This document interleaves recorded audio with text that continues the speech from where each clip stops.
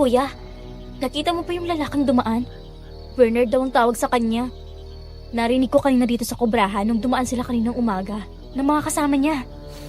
Ano namang ginagawa mo rito kaninang umaga, Leona? Inabangan ko siya. Napansin ko kasi dito pala sila dumadaan tuwing umaga. Alam mo kuya, iba talaga yung dating niya no? Kahit duguan parang walang takot sa mga mata niya. Tsaka, kaya pa rin niyang maglakad. Yung mga ganong lalaki, parang kaya ipaglaban ang minamahal niya sa kahit na sino. Ano pang pinagsasabi mo? Kung makapagsalita ka, parang hangang-hanga ka sa lalaking yun ah. Hindi mo ba alam na manunugis yun? Isang maling ingay o kilos mo lang at nakita ka niya. Palagay mo ba, bubuhayin ka niya? Dahil lang sa humahanga ka sa kanya? Mag-isip-isip ka nga, Leona. Hindi naman ako lalapit. Sapat na sa akin na makita siya. Kahit mula sa malayo. At saka, maganda naman ako, di ba? Malay mo naman, nadala siya sa mga ngiti ko. Maganda ka man o hindi, wala namang gayumang ngiti mo para akitin ng manunugis na yan. Para sa kanya, aswang ka at kailangan patayin. Yun lang yun. At saka pwede ba? Huwag mo nang isabay ang mga kalokohan mo na yan ngayon. Ang dami nang nawawalang mga kasama natin. Tapos ikaw, nahuhumaling pa dyan sa lalaking yan.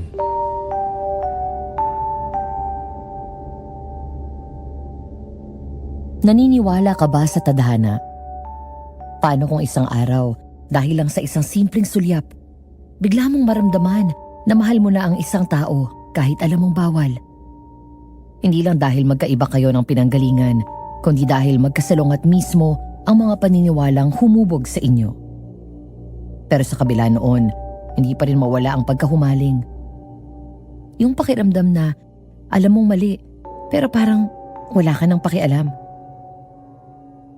Kung ikaw ang nasa ganitong sitwasyon, hanggang kailan ka kakapit sa tadhana? Maghihintay ka ba na ito ang mag-ayos ng lahat? O ikaw mismo ang susugal at gagawa ng paraan para masunod ang inyong puso? Magandang araw po, Madam Venus.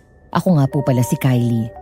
18 years old na po ako at naninirahan dito sa probinsya ng Quezon.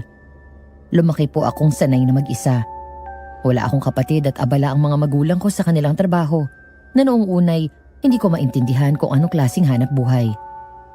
Palagi po kasi silang wala at nasa malayo, habang ako naman ay naninirahang mag-isa sa aming apartment.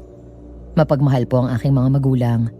Tuwing may importanteng pagkakataon sa buhay ko, hindi naman nila nakakalimutang dumalo o ipakita ang pagsuporta sa akin. Ngunit kung minsan, hindi ko mapigilang itanong sa kanila kung bakit palagi silang wala. Kung bakit hindi nila masabi sa akin kung ano nga ba ang kanilang tunay na trabaho. Ang mga tanong na yon ay nasagot din naman nung nagdaos ako ng aking kaarawan. Para sa kanila, sapat na raw ang edad ko para maunawaan ang lahat. Sa una, hindi ko mapaniwalaan ang lahat ng ipinagtapat nila sa akin noon, Madam Venus. Pero ngayong napag-isip-isip ko na po ang lahat, hindi ko mapigilang hangaan ang katatagan ng aking mga magulang.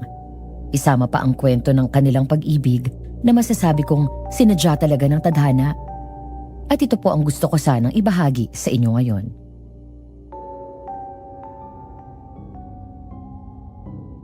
Bernard, ano ba? Tumigil ka na nga. Ano ka ba kuya? May nakita talaga akong tumatakbo dito. Wala nga akong napapansin. Bakit? Baka guni-guni mo lang yun. May magagawin ba namang aswang sa parteng to ng kagubatan? Buka na pa lang to ng gubat, no? Alam nilang nandito tayo, kaya hindi sila lalapit. Eh kung wala kang nakita, hindi ibig sabihin na wala na.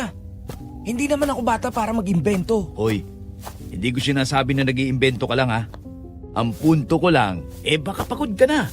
Kaya kahit kaunting kaluskos lang kung ano-ano lang naiisip mo. Hindi pa ako pagod kuya. Ang sabihin mo, hindi ka naniniwala na may sumusunod talaga sa aking aswang. Kahit sinabi ko nang nararamdaman ko siyang laging nakamasid at parang nagbabantay sa akin. Wala naman kasi kaming nararamdaman, Bernard. Ikaw lang naman ang nakakaisip niyan. Palibhasa napipilitan na lang naman kayong puntahan ng kagubatang ito. Kaya binabaliwala nyo kahit mga bagay na pwedeng magturo sa atin ng mga pesting aswang na yan. Bernard, huwag mo kong sagutin ng ganyan ha. Ano pa ba itong gusto mo ha? Nandito na nga kami, di ba?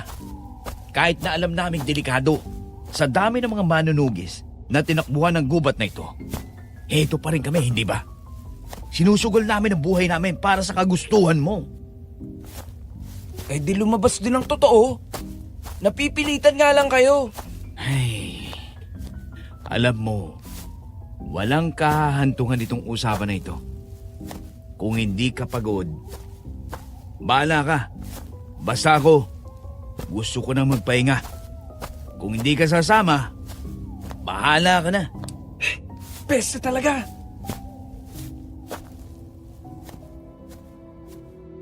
Malawak din po ang ngiti noon sa labi ni nanay. 22 anyos pa lamang siya noon, Madam Venus. Nakasampa siya sa mataas na puno at sinusulyapan ng 2 lalaki sa ibaba. Ang sabi niya, hindi niya malilimutan ang inis sa mukha noon ng binatang lalaki na tawagin na lang po nating Bernard. Kitang-kita raw po noon ni nanay ang ugat na kumikislot sa sentido ni Bernard at ang malalim nitong paghinga dahil sa inis, bago tumalikod at sumama sa kanyang kapatid. Pero sa kabila ng lahat, hindi rin niya mapigilang makaramdam ng lungkot. Hindi man niya noon nauunawaan ang usapan ng magkapatid, ramdam niya ang lungkot ng binata na binabaliwala ng kanyang kausap. Doon muli niyang naramdaman ang pagsikip ng kanyang dibdib at pagbilis ng tibok nito. Bagay na madalas niyang maramdaman tuwing nakasulyap siya sa binatang manunugis.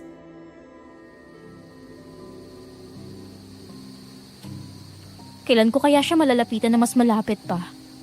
At darating kayo pagkakataon na makakausap ko man lang siya. Hoy, Leona! Anong ginagawa mo na naman dyan sa taas ng puno? Bumaba ka nga dito!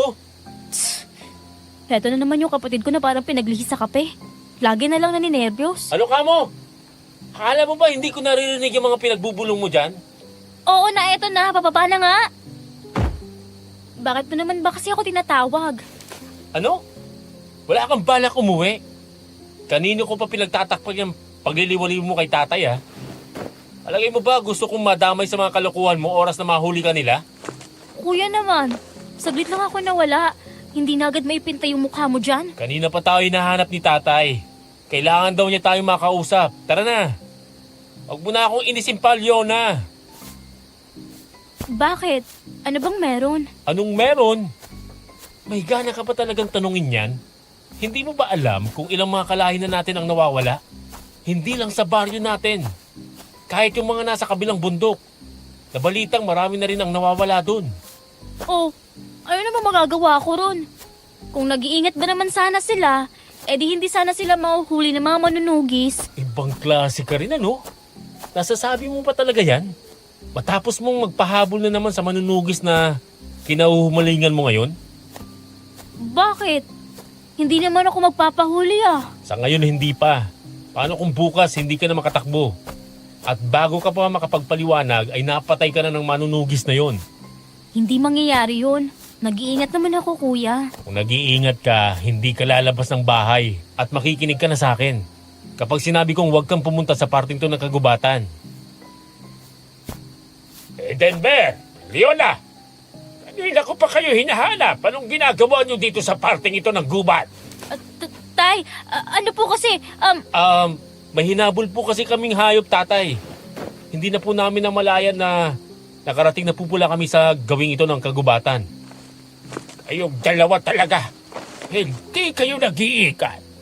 Sa susunod na oras na hindi na kayo pamilyar sa kagubatan, wag na kayong tutuloy pa. Naiintindihan nyo ba? Opo. Pasensya na po, tatay. Halina. Sumunod na kayo sa akin. Kanina pa naghihintay ang nanay nyo sa bahay. May importante tayong kailangang pag-usapan.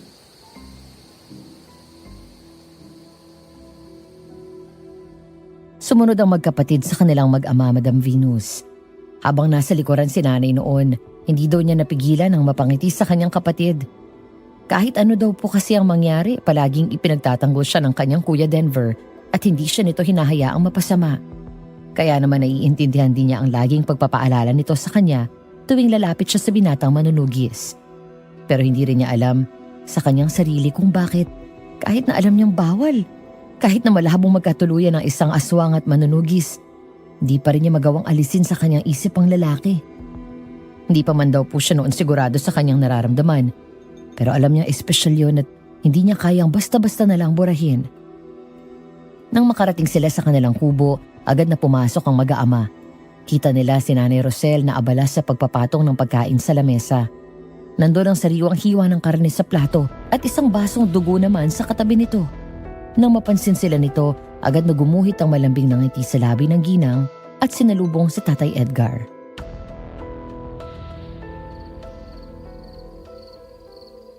Nandito na pala kayo. Halika't kumain na muna tayo. Akala ko po ba may kailangan tayong pag-usapan? Pwede naman yung pag-usapan habang kumakain. Hindi na biro ang dami lang nawawala sa atin. Kailangan na nating magdoble ingat. Iba ang mga manunugis na nadistino kayo sa gubat. Hindi sila katulad ng mga nauna na madaling takutin. Hindi pa lang natin alam ang kahinaan nila, mahal. Pero kapag nalaman natin yon, mapapalayas din natin sila. Huwag ka munang mag-alala. Kato, kumain ka pa. Ay, salamat, Rosel. Pero mas mabuti pa rin ang mag-ingat. Lalo na kayong dalawa, Denver at Leona. Karamihan sa nawawala ay kaedad nyo. Ano pong balak ng mga kasama natin, Tay? Dahil hindi sila tinatalaban ng pananakot. Napagdesisyonan na ng iba na patayin ang mga manunugis. Patayin? Tay, akala ko ba hindi natin ginagawa yan? Alam ko, anak. Kaya nga hindi ko kayo isasama. Ako nang bahalang humarap at makisama sa desisyon nila. Pero Tay, inahabol lang naman nila tayo dahil iniisip nilang masama tayo. Hindi naman tayo pumapatay ng tao. Hindi nga tayo nanggugulo sa kanila. May punto po si Leona. At saka, suot naman natin ang mga batong kwintas eh. Hindi ba po yun ang dahilan kung bakit hindi tayo tinatabla ng mga pangontra ng tao? At kung bakit hindi rin tayo agresibo tulad ng ibang aswang na gaya natin? Baka anak, tayo lang ang may mga kwintas na ganyan. At hindi yan pwedeng malaman ng iba. Kailangan nating makisama kung hindi tayo ang mapagbubuntunan ng kanilang galit. Kahit ano pa man, Tay, ayokong pumatay ng tao. Leona, tama na muna. Bakit? Palagi na lang ba akong mananahimik? Malaki na ako, kuya. Isa sa mga ipinangako natin ay hindi mananakit ng tao. Tapos ngayon, sasama ka, Tay, para manakit at pumatay? Tay, bakit hindi na lang po tayo gumawa ng ganitong kwintas para sa iba? Hindi ganon kadali, anak. Sinisid ng ama ninyo ang ilalim ng dagat para makuha ang mga batong yan. Nay, bakit kayo? Wala kayong kwintas pero hindi naman kayo nagugutom sa laman ng tao. Ayos nga lang din po sa inyo kahit laman ng hayop ang pagkain natin, di ba? Baka naman po may pag-asa pa din para sa iba nating mga kasamahan. Anak, ipinanganak akong may kontrol sa sarili. Hindi ko kailangan ng bato para pigilan ang uhaw at gutom ko sa laman at dugo ng tao. Makinig na lang muna kayo. Hindi ako makakapayag, Tay. Gaya natin, sinusubukan lang din nilang mabuhay. Ay, sandali. Bakit parang ipinagtatanggol mo ang mga manunugis? Edgar, huminahon ka. Huwag mong takutin ang mga anak mo. Hindi. May kakaiba sa sinasabi mo, Leona. Ano ba talagang nangyayari? Tay, ayaw lang po talaga ni Leona na makasakit. Manahimik ka, Denver. Hindi ikaw ang kausap ko. Leona, tumingin ka nga sa akin. Ano bang laman ng mga salita mo, ha?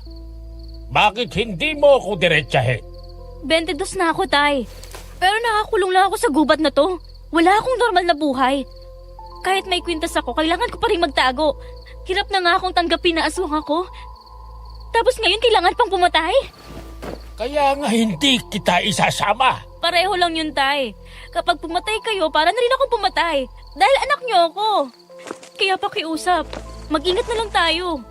Huwag na kayong sumama sa mga yun. Denver, may kinalaman ba ito sa pagpunta niyo sa bungad ng gubat kanina? Po? Sagot! Opo, Tay, pero nag-iingat naman po si... Leona! Edgar! Bakit mo sinampal ang anak mo? Hindi kita pinalaki para suwayin ako! Alam mong bawal ang pumunta roon. Pero sinadya mo pa talaga! Nag-iingat naman ako, Tay. Gusto ko lang makita kung paano mamuhay ang normal na tao. Hindi tulad nating isinumpa. Ang kahibangan mong yan, ang ikapapahamak mo! Idadamay mo pang kapatid mo! Hindi ko ginusto maging ganito. Ayoko ng lahi natin. Gusto kong maging tao. Wala ngayon. Kalilimutan mo ang kahibangan yan. Kung ayaw mong mas malala pang maranasan mo!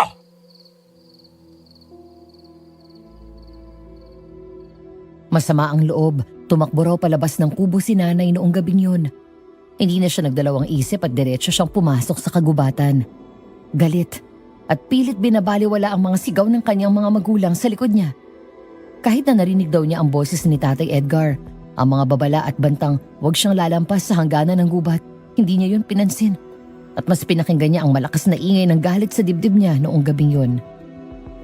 Madam Venus, sabi ni nanay, yun daw ang pakiramdam na matagal na niyang kinikimkim.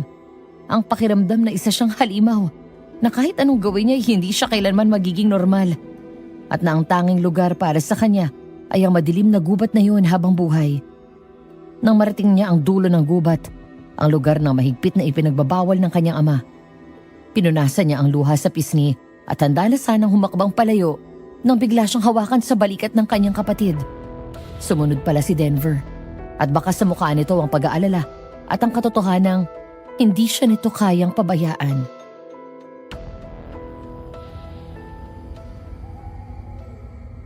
Nababaliw ka na ba talaga? Ano pang iniisip mo? Ikaw ang hindi nag-iisip. Ano? Papayag ka na lang na patay ni tatay ang mga taong wala namang kalaban-laban? Walang kalaban-laban? Leona, hindi ka ba nakikinig? Ang dami nang nawawala sa atin at sila ang may gawa noon. Paanong naging walang kalaban-laban ang mga taong kayang pumatay ng aswang? Isipin mo nga! Hindi mo kasi nararamdaman ang nararamdaman ko. Sa tuwing nakikita ko siya, ramdam kong lungkot sa mga mata niya. Ramdam ko na may dahilan kung bakit sila nandito. Kuya, tulad natin, hindi lang sila naiintindihan ng iba. Bulag ka na sa pagkahumaling mo sa lalaking yan, alam mo? Sa totoo lang, hindi ko na alam kung paano pa kita tutulungan. Yun na sinusubukan kitang intindihin. Alam kong hindi masayang mabuhay ng ganito. Pero ano bang magagawa natin? Hindi naman natin kayang piliin ang buhay natin bago pa tayo ipanganak sa mundo. Kaya pwede ba? Kung nag-aalala ka sa mga taong yun, sana mag-alala ka rin sa sarili mo. Dahil hindi ka nila kaaawaan oras na malaman nilang isa ka sa mga nilalang na itinuturing nilang mortal na kalaban. Hindi ko kailangan ng tulong mo. Alam ko kung anong paniniwalaan ko. Kung ayaw mong sumama, umuwi ka na. Sumama? Anong sinasabi mo? Sandali! Leona, ano bang binabalak mo? Aalamin kong totoo. Gusto kong patunayan na hindi silang masama. Sila ang biktima dito, kuya. Hindi tayo. Biktima? Dahil tayo ang mga aswang, ganun ba? Oo! Kung wala tayo, wala ring manunugis. Hindi sila lalabas kung walang tinutugis. At wala rin tayong sinasaktan kung hindi sila naghihimasok sa buhay natin. Sila ang unang pumasok sa gubat. Mali ka. At patutunayan ko yan. Kaya bitawan mo ko. Hindi ka aalis. Uuwi tayo ngayon. Hindi! Sinabi ko nang ayoko, bitawan mo ako! Kuya Eman! Dito ko narinig yung sigaw! Leona, may paparating na. Tara na. Ayaw ko nga sabi eh. Tulong! Nandito ako! May tao ba dyan? Tulong! Leona, anong ginagawa mo? Ano ba? Tumigil ka nga! Patutunayan ko sa'yo na tama ako. Umalis ka na! Hindi kita iiwan. Leona!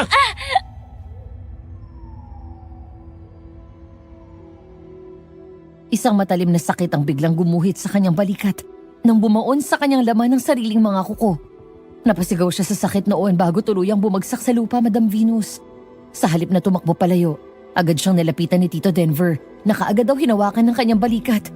Pinigilan ang pag-agos ng dugo at pilit siyang pinapakalma. Habang abala si Tito sa pagtulong kay nanay, narinig niya ang papalapit na mga yabag. At doon sila naabutan ng dalawang lalaking nagmamadaling sumulpot mula sa dilim ng gubat.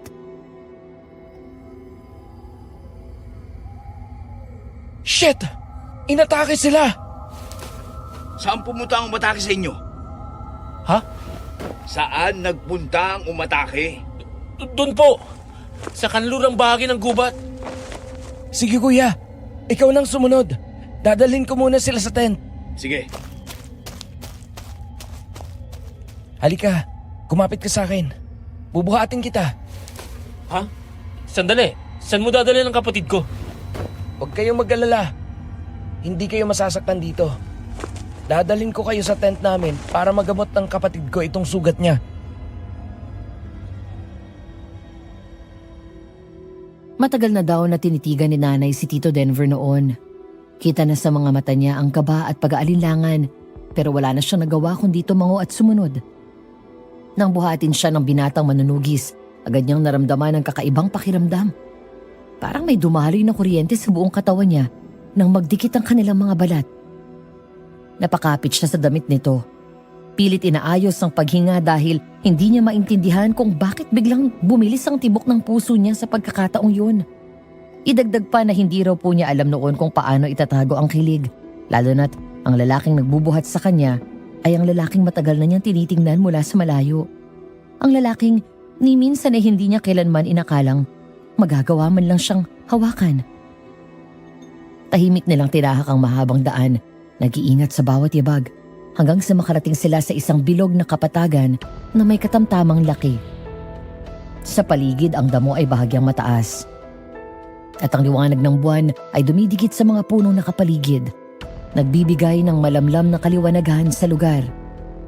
Doon nakatayo ang 4 na tent at maayos sa paligid ang maliliit na apoy na bahagyang nagliliparan ng usok. Mula sa isa sa mga tent, lumabas ang isang babaeng may kayomangging balat. Kahit medyo mas matanda siya kaysa kay Bernard, kapansin-pansin ang pagkakapareho nila ng hugis ng mukha, mata at bahagyang ngiti, na para bang nakakita daw siya ng babae at mas matandang bersyon ni Bernard. Agad itong lumapit sa kanila at kitang-kita daw ni nanay ang pag-aalala at pagkabahala sa mukha ng babae. Pinanood niya ito habang mabilis nitong kinuha ang isang lalagyan na punong-puno ng mga kagamitang medikal, mga garapon, telang pangbalot at iba pang gamit pang gamot.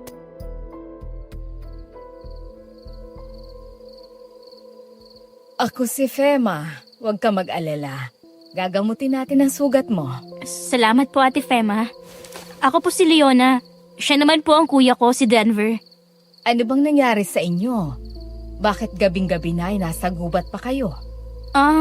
Naligaw po kami ng kuya ko. Naligaw? Paano naman kayo naligaw ng basta-basta sa gubat na ito? Ano po, kaninang umaga po kami dumating rito. Pupuntahan po sana namin ng kuya ko yung talon sa gubat na to. Ang kaso, inabot na lang po kami ng gabi ay hindi pa rin namin natagpuan yung talon. Yun ba? Nako, marami na kami nakasalubong dito na binabalak din puntahan ang talon na yon. Pero dahil delikado, binabalaan namin sila. Kaya karamihan ay bumabalik. O kaya naman, ihahatid namin sila sa talon. At pagkatapos ay babalikan namin sa gabi para ihatid palabas. Bakit nyo naman ho ginagawa yon? Delikadong kagubatang ito. Kaya mas mabuti na hindi ito basta-basta pinapasok ng kung sino-sino. Lalo na kung mga dayuhang gaya ninyo. Ganun po ba? Hindi po kasi namin alam eh. Huwag kang mag-alala. Bukas na bukas ihahatid namin kayo pa uwi ng kuya mo. May kalayuan pa ang kalsada dito. Siguro mga 2 oras na lakarin din. Kaya sana, kayanin ninyo ang mahabang lakad. Okay lang naman po sa akin kahit dito na muna kami sa inyo. Bakit naman, Iha? Ayaw mo pa bang umuwi sa inyo? Hindi ka ba natatakot na baka balikan ka ng nilalang nananakit sa'yo? Ang ibig niyo pong sabihin ay ayos lang po sa amin kahit hindi niyo na kami ihatid palabas ng kagubatan. Natatandaan ko naman po ang daan mula dito eh. Hindi po. Masubuti po kung dito muna. Nahimik ka na lang pwede? Kasi naman kuya. Ayos lang ba kayong dalawa? Opo, pasensya na po. Gustong-gusto kasi nitong kapatid ko yung talon eh. Balak pa yatang ituloy ang pagpunta ron kahit na nasakta na siya. Nako, mas mabuti kung makikinig ka na lang muna sa Kuya mo, Leona. Mas mahirap kapag na-impeksyon ang sugat mo. Kaya dapat madala agad yan sa ospital. Wala na eh. Hindi ko na nahabol. Diyos ko, nakakapagod lang. Malamang ay nakatakbo na agad sila matapos kumatake sa mga ito. Ay nako, Swerte kayo. At hindi kayo nalapa ng mga aswang na yun.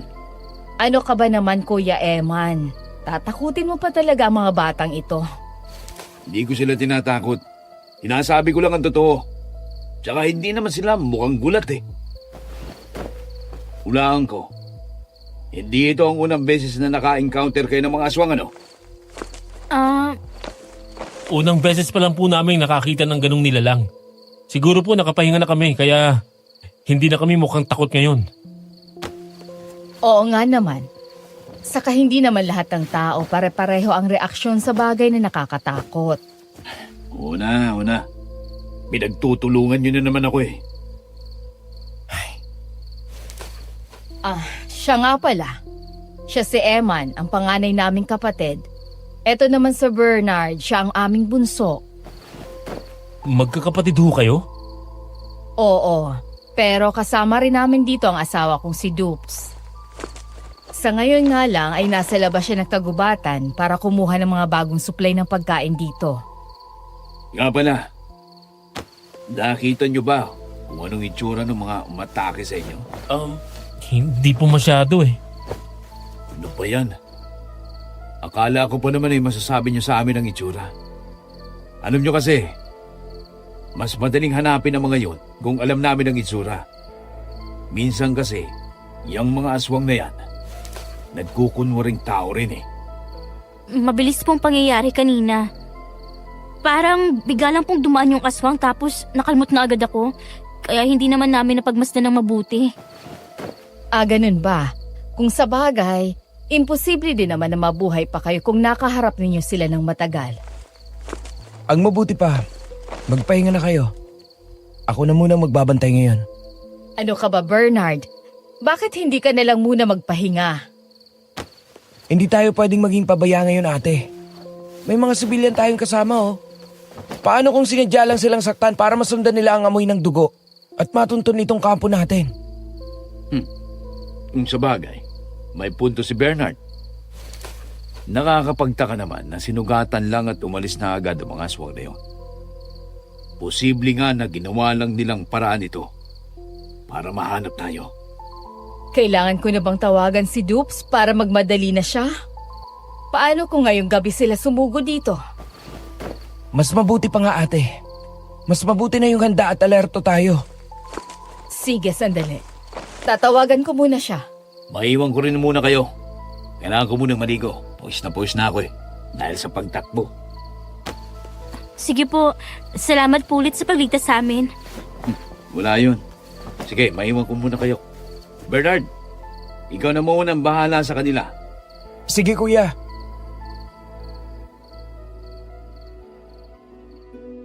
Habang lumayo daw si Ate Fema para tawagin ang asawa at umalis naman si Kuya Eman para maligo, napatingin si nanay sa binatang kaharap niya. Nakakulot ang noon nito, nakatitig sa malayo. At saglit lang ay hinugot nito ang kutsilyo sa bewang. Tahimik siyang lumakad palayo sa kanilang pwesto. Mabagal at maingat, pero sapat pa rin ang distansya para makita ni nanay ang bawat galaw nito.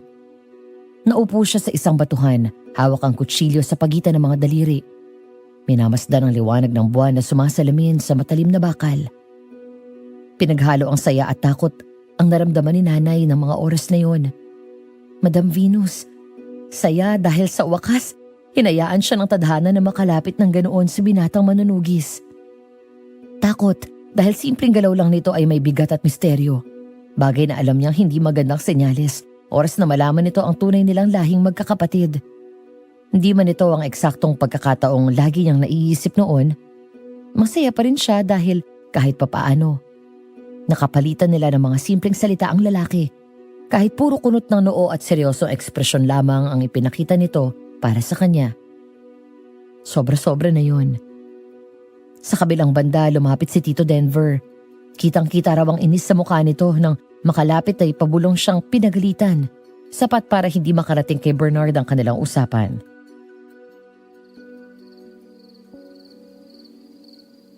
Tignan mong kalokohang ginawa mo, Leona. Ano ka ba kuya? Tamang-tama nga ito eh. Anong tama-tama? Wala akong nakikitang tama ngayon. Napapabor sa atin. Para mo na rin inilagay sa kamatayan ang mga sarili natin. Alam kong delikado ito kuya. Pero, hindi mo ba naiisip na matutulungan pa natin ang mga kalahi natin dahil dito? Ano? Paano naman mangyayari yun? Habang nandito tayo, magagawa nating ilayo sila sa baryo natin. At paano mo naman gagawin yon? Pwede nating sabihin na aksidente nating nalaman kung nasaan ang kampo ng mga aswang. At tutulungan natin silang hanapin yun. O kaya naman, sabihin mo na handa tayong tumulong sa kahit anong paraan. Basta kailangan na hindi muna tayo umalis dito kasama nila, kuya. Napapaliw ka na? Paano sila tatay? Paniguradong galit na si tatay. Bumalik man tayo ngayon o hindi, ganun na rin yun. Kaya mas mabuti kung gumawa na nga tayo ng paraan para makatulong sa kanila habang nandito pa tayo. Hindi ko na alam, Leona. Ako ang natatakot sa mga naisip mong gawin eh. Alam mo namang oras na mapahama ka, hindi namin yung kakayanin ni nanay at tatay, di ba? Alam ko, kuya. Pero wala namang mangyayari kung magtatago na lang tayo ng magtatago. Mas lalo pang walang magandang idudulot kung papatayin nila tatay yung mga manunugis. Tingnan mo nga, kuya. Pamilya sila dito. Pinoprotektahan nila ang mga taong pumapasok sa baryo. Mabubuti sila. Malinaw naman, di ba? Wala silang ginagawa kundi pigilan na ang mga aswang na manakit. Anong pigilan? Ang gusto nilang mangyari ay ubusin ang mga aswang. Leona, at kasama tayo doon. Kaya oras na hindi gumana ang kung anumang pinaplano mo, baka tayo pang unang mamatay sa pamilya natin.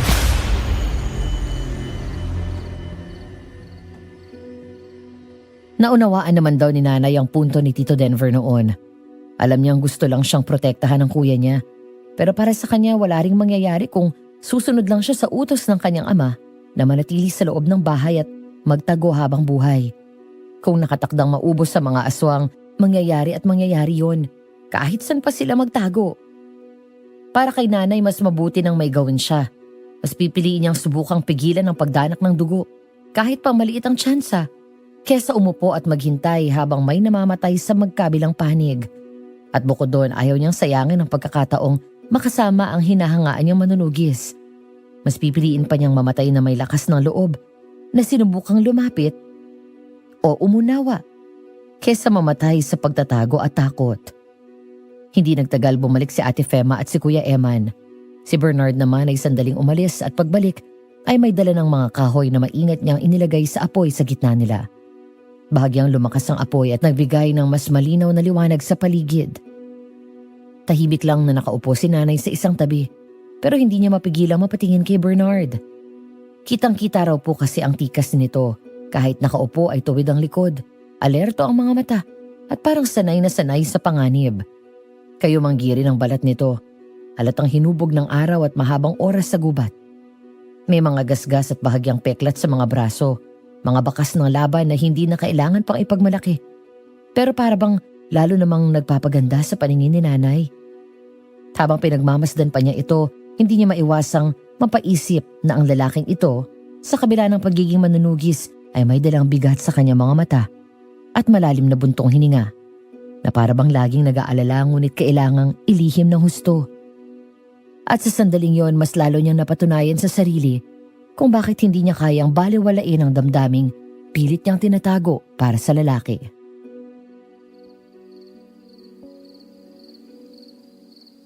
O siya, matulog na kayo magkapatid. Malalim na ang gabi, kaya magpapahinga na rin muna kami. Diyan na muna kayo sa tent na dilaw. Tent ko yan. Pero hindi naman ako matutulog ngayon para may magbantay sa kampo natin. Paano kung bigla kang antukin? Ako nang bahala sa sarili ko. Sige na, magpahinga na kayo. Salamat. Pero dito na lang din muna ako sa labas. Hindi pa ako dinadalaw ng antok eh. Sige, kayo ang bahala. Ako ay magpapahinga na muna dahil malayo pa ang lalakarin natin bukas. Salamat po ulit sa panggagamot ng sugat ko, Ate Fema. Wala yon. Oh, Bernard. Gisingin mo na lang ako kapag may problema, ha? Magpapahinga na muna ako. Sige kuya. Isa-isa raw pumasok sa mga tent si Kuya Eman at Ate Fema ng gabing yon, Madam Venus. Tahimik ang paligid. Tanging tunog na lamang ng apoy at mga kuliglig ang maririnig. Ang kuya niyang si Denver ay nanatiling nakaupo sa bangko. Sa una, kunot ang noo nito habang pilit nilalabanan ng antok. Pilit pinubuka ang mga mata at inaayos ng upo. Ngunit hindi nagtagal. Unti-unti ding bumigat ang ulo nito hanggang sa narinig na niyang mahinang humihilik ang kuya niya. Napailing na lamang si nanay noon at bahagyang napangiti. Kahit inis kanina, alam niyang pagod lang talaga ang kapatid niya. Sa sandaling yon, napalingon siya kay Bernard. Nakita niyang lumalagok ito ng tubig mula sa dala nitong sisidlan. Ngunit agad din itong napamura na mapagtantong wala na pala itong laman. Tahimik lamang na pinanood ni nanay ang sumunod na ginawa ng binata. Kung paano muna ito tumingin sa paligid. Parang sinisigurong walang panganib bago huminga ng malalim at tuluyang pumasok muli sa gubat. Kinabahan siya sa sandaling yon, Madam Venus. Kaya naman walang pagdadalawang isip na tumayo si nanay at maingat na sinundan ng binatang manunugis. Hindi nagtagal narating niya ang isang mataas na talon. Malakas ang bagsak ng tubig at malamig ang hangin sa paligid. Sa ibaba, nakita niya si Bernard na nakatayo sa ibabaw ng isang malaking bato. Hawak ang sisidlan at kumukuha ng tubig sa rumaragasang talon. Doon napangiti na lamang si nanay. Lumapit siya sa binata, dala ang kaba at pananabik, ngunit handang basagin ang katahimikan ng gabing yon.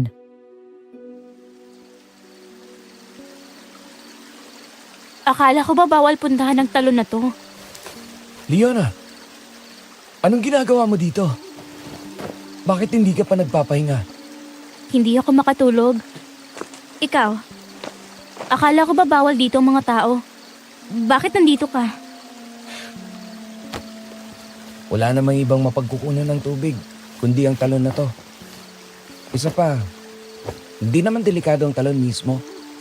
Ang problema, yung mga nilalang na pwedeng mapadpad dito.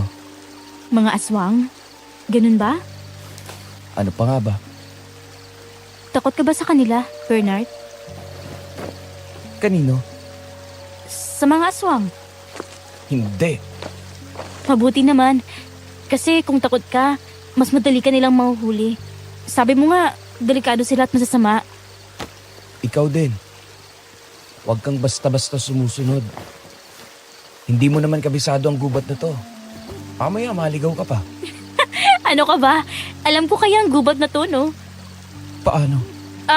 Ang ibig kong sabihin, sa layo ng nalakbay namin ni Kuya nung naligaw kami, kaya memoryado ko na rin yung lugar. Kung saan-saan na kasi kami nakarating eh. Huwag ka masyadong sigurado. Halos pare-pareho lang ang makikita mo sa gubat na to. Kung hindi puno, bundok at lupa lang. Kaya oras na maligaw ka, ewan ko na lang sa'yo kung swertein ka ulit at makasalubong mo kami. Sungit mo naman. Sige ka, mamaya maligaw nga ako pabalik. Ikaw rin, may hirapan kayong maghanap sa akin. At bakit naman kita hahanapin?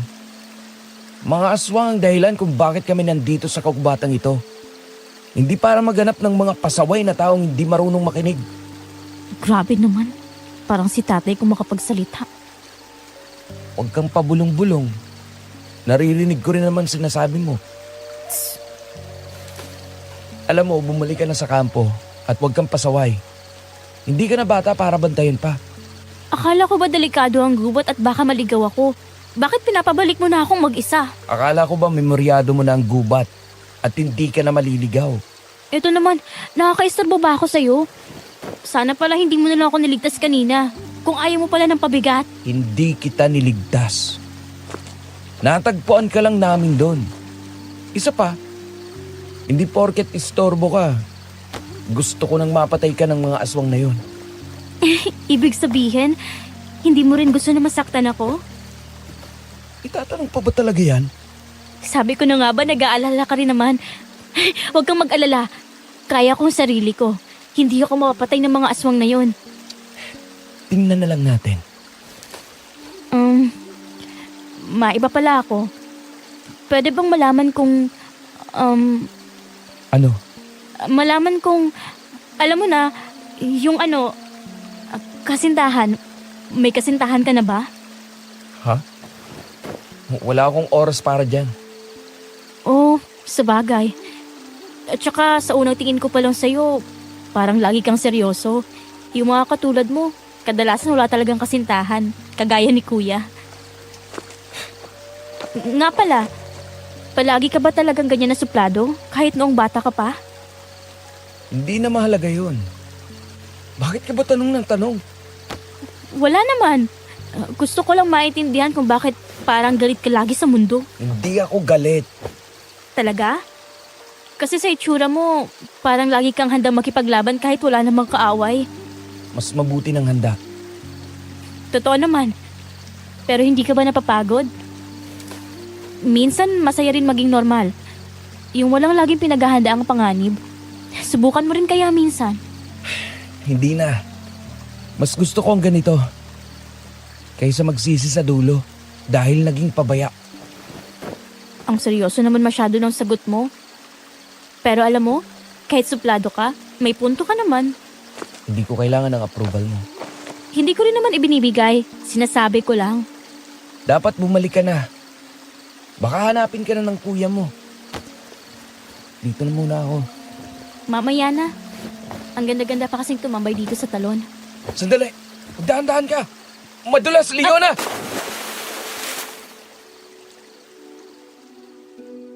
Dinidinig na lang daw ni nanay ang mga sigaw ni Bernard habang tuluyan siyang lumulubog sa malalim na tubig ng ilog. Mabigat ang suot niyang jacket at sapatos noon at sa bawat galaw niya pababa ay lalo siyang hinihila ng bigat ng mga ito. Pilit siyang pumapalag at sinusubukang umahon pero hindi siya makalungoy pa itaas. Ang tanging malinaw na nakikita niya ay ang mukha ng lalaki sa ibabaw ng tubig. Paulit-ulit siyang tinatawag. Puno ng kaba at galit ang boses. Hanggang sa wala na raw siyang marinig kundi ang lagaslas ng tubig at maya-maya'y nakita niyang tumalon si Bernard at mabilis na lumangoy papunta sa kanya. Maigpit siyang hinawakan ng binata at walang salitang tinulungan. Inalis muna nito ang jacket na bumibigat sa katawan niya, saka hinila ang sapatos na halos humila sa kanya pababa. Nang tuluyan siyang gumaan, sabay silang lumangoy palabas ng malalim na bahagi ng ilog hanggang sa makaahon sila sa pampang. Habang hingal at nanginginig si nanay, may malawak na ngiti raw sa labi niya. Halo ng ginhawa at pasasalamat. Pero kabaliktaran ang nakita niya sa mukha ni Bernard, Madam Venus. Nakatitig ito sa kanya. Halatang galit at inis. Parang pinipigilan lamang ang mga salitang gustong isigaw sa kanya.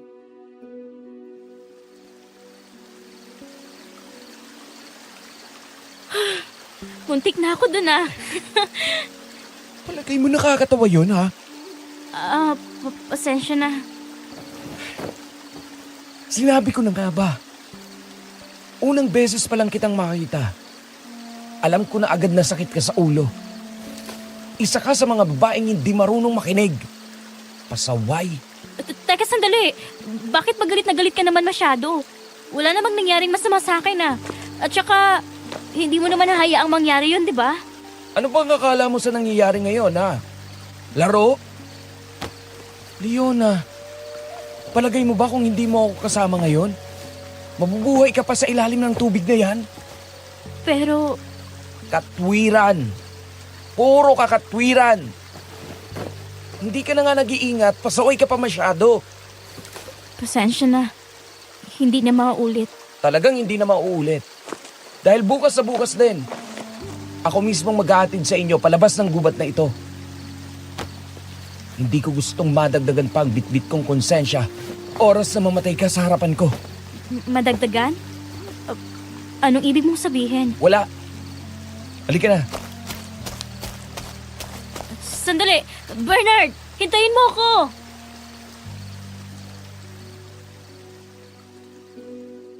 Parang walang narinig noon ang binata, Madam Venus. Patuloy lang itong naglakad ng mabilis habang bitbit ang sisidlan ng tubig ni hindi man lang lumilingon. Sa likod niya pilit namang hinahabol siya ni nanay. Kahit pagod at basa pa ang katawan, hila niya ang laylayan ng basang-basa niyang bestida. Pagdating nila sa kampo, agad binaba ni Bernard ang dala niya. Walang pasabi. Bigla siyang humarap kay nanay. 1 kilos na ikinaurong nito. Kinabahan daw siya noon at inihanda ang sarili sa posibleng sigaw o galit. Lalo na't alam niyang tuluyan na niyang nainis ang lalaki. Pero imbis na manigaw o manakit, tahimik na hinawakan ni Bernard ang balikat ni nanay at marahang pinaupo sa bangko. Pagkatapos ay kinuha nito ang lalagyan ng gamot at naupo sa mas maliit na bangko sa tapat niya. Maingat nitong ipinatong ang binti ni nanay na may gasgas at pasa dahil sa pagkakabagsak sa bato. Doon lang napansin ni nanay na kahit mahigpit ang panga at seryoso ang mukha ni Bernard, ang mga kamay nito'y maingat at kontrolado. Galit man, pero mas maingat ang mga kilos niya habang ginagamot ang kanyang sugat.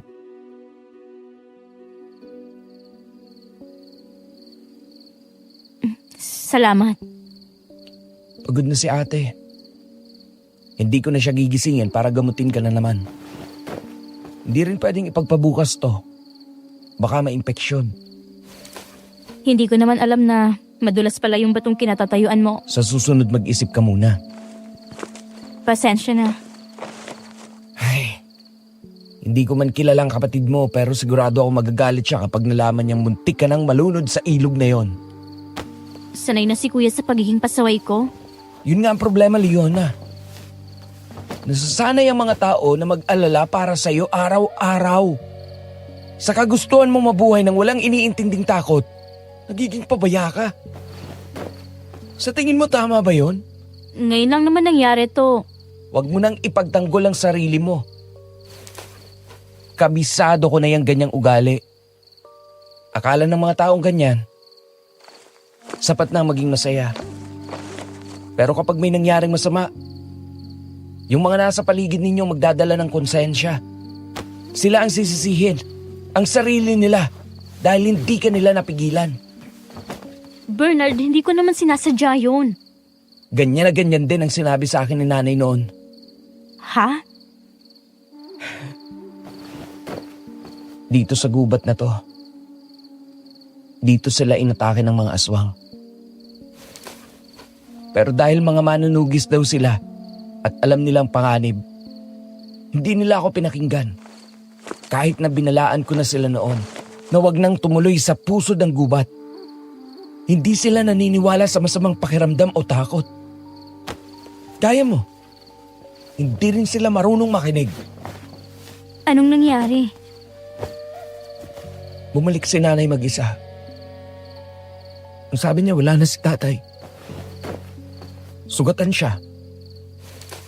Duguan at naghihingalo. Pero alam mo kung anong tanging nasabi niya sa akin? Ano? Hindi niya raw sinasadyang iwan ako. Ibig mong sabihin, dito sa gubatang ito, namatay ang mga magulang mo? Oo. Kaya nangako ako sa sarili ko na uubusin ko ang mga aswang na yan. At hindi ko magagawa yan kung hindi ako laging handa. Ayoko makakita na naman ng taong namamatay dahil sa kapabayaan. Bakit mo sinasabi sa akin to ngayon?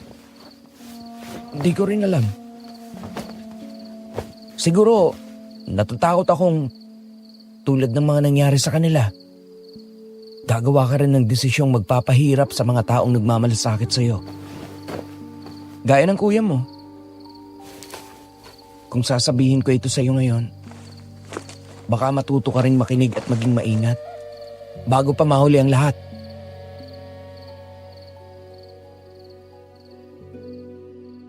Hindi raw napigilan ni nanay na sandaling mapahiya nung gabing yun.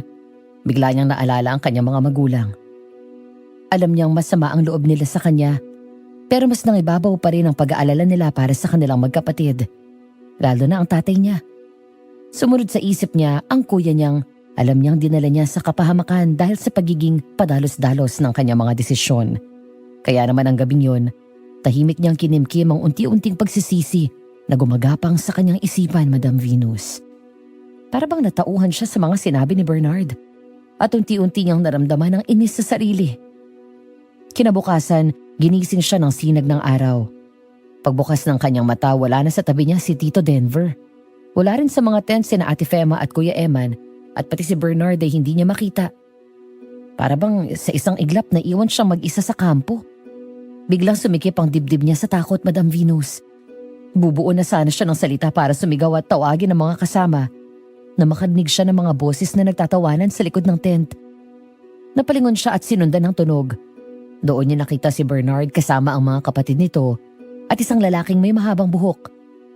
Hindi lamang yun, naroon din si Tito Denver. Kitang-kita daw ni nanay ang malalawak nilang ngiti habang masayang tumutulong sa paghahanda ng pagkain. Bagay na hindi niya inaasahan ng araw na yun.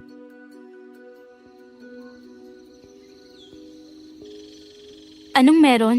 O, Leona, gising ka na pala. Halika dito. Ipapakilala kita sa asawa ko. Siya si Dupes. Magandang umaga po, Kuya Dupes. Ako po si Leona. Magandang umaga rin, Leona. Ano? Kumusta naman ang pakiramdam mo? Naikikilos mo bang balikat mo? Balita ko, inatake ka raw ng aswang Ayos lang po ako. Nakikikilos ko naman ang braso ko kahit papano. Huwag niyo nang alalahanin si Leona. Kayang-kaya pa nga niyang gamitin sa paglangoy ang braso na yan eh. Ano?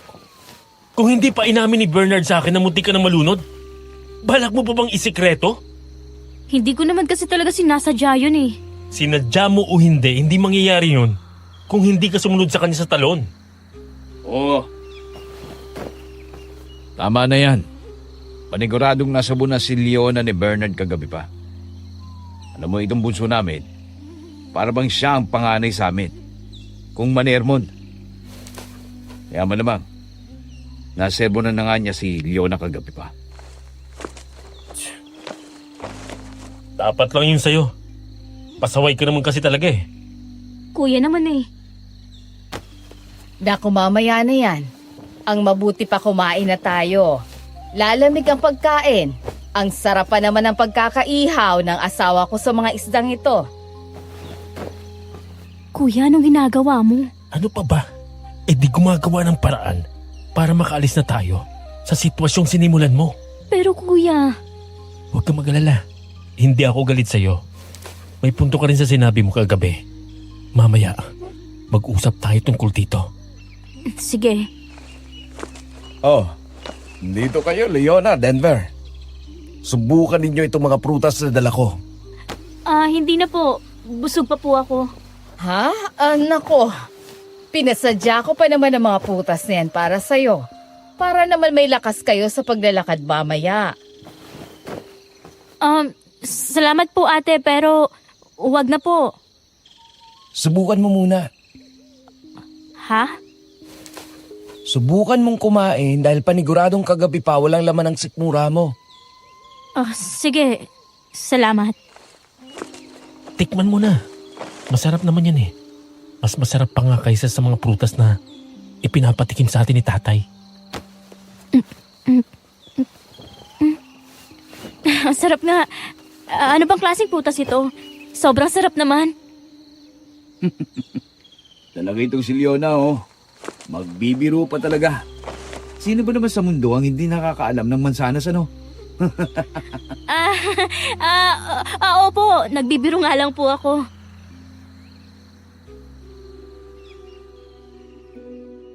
Hindi raw mapigilan ni nanay noon ang mapahiya.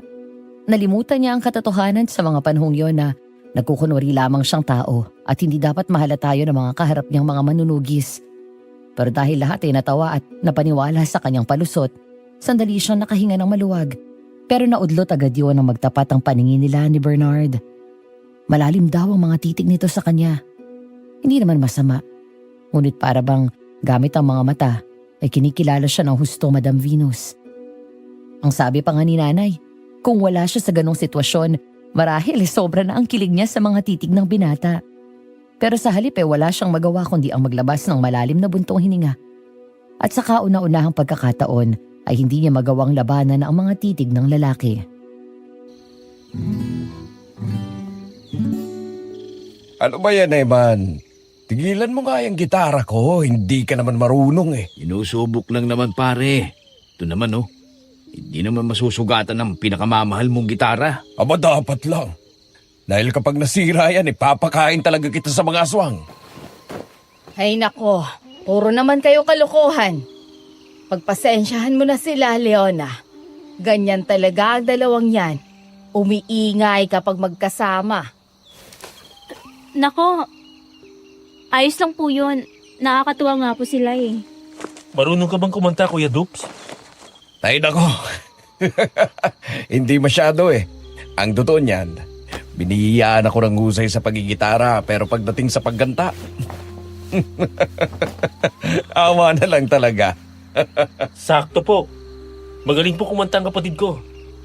Hindi nyo nga po natatanong pero may ginagawa siyang kanta ngayon. Ba, sige nga. Parinig naman kami.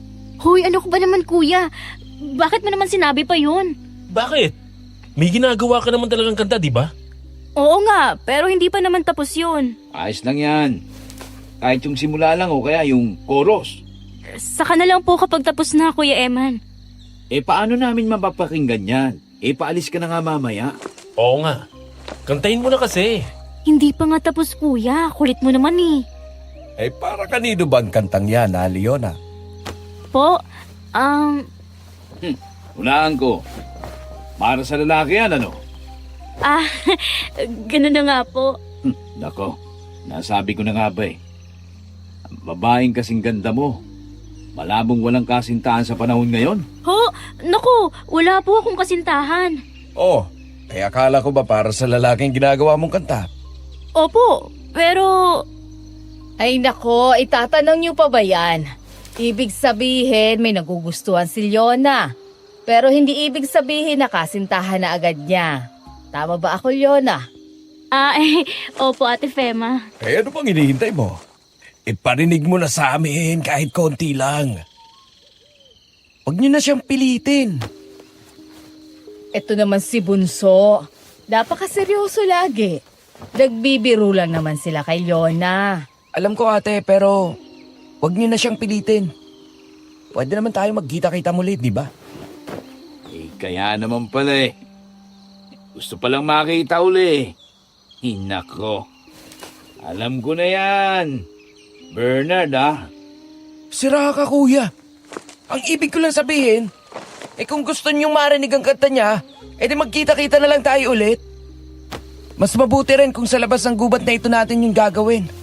Malayo sa lahat ng kaguluhan dito. Oo nga naman.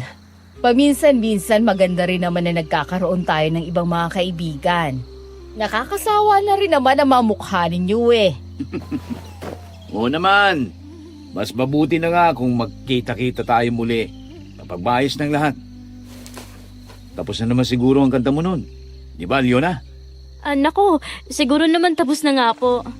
Shh! Sandali. Huwag kayong maingay. Bakit yun, Bernard? May naririnig ako. Shit. May naririnig din ako. Parang pagaspas. Denver, Leona, sumunod kayo sa akin, bilis! Ate, ano pong nangyayari?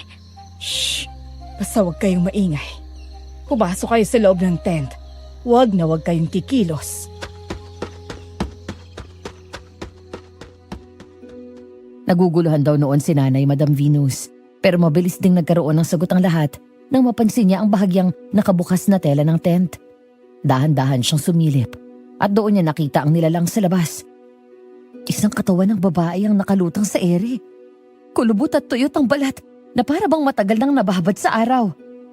Ang mukha rin daw nito ay halos hindi na makilala sa dami ng dugong nakadikit sa pisngi, sa noo, hanggang sa baba. At para bang sariwa pa ang mga yun. Ang mga mata naman nito ay malalim at maitim. Walang bakas ng awa o kahit anong emosyong makikita sa mukha ng aswang. Hindi lamang yun, Madam Venus.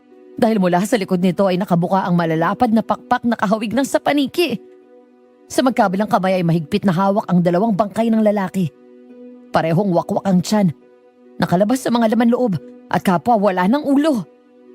Tumatagas pangaraw ang dugo habang dahan-dahan itong bumababa mula sa ere. Paglapag sa lupa, walang sinabi ang nilalang. Basta na lamang nitong ibinagsak ang dalawang katawan sa harap nila. Sunod ay isa-isa nitong pinagmasdan sina Bernard at ang mga kasama niya. Para bang sinusukat kung sino ang kanyang isusunod.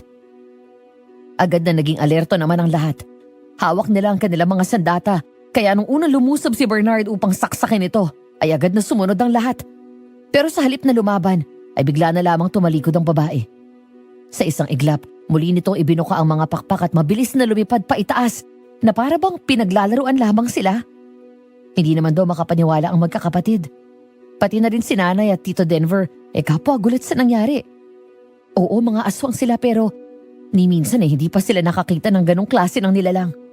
Kaya naman nang tuluyan silang lumabas ng tent, baka sa kanilang mga mukha ang takot at pagkabahala. At yun ay agad napansin ni Bernard.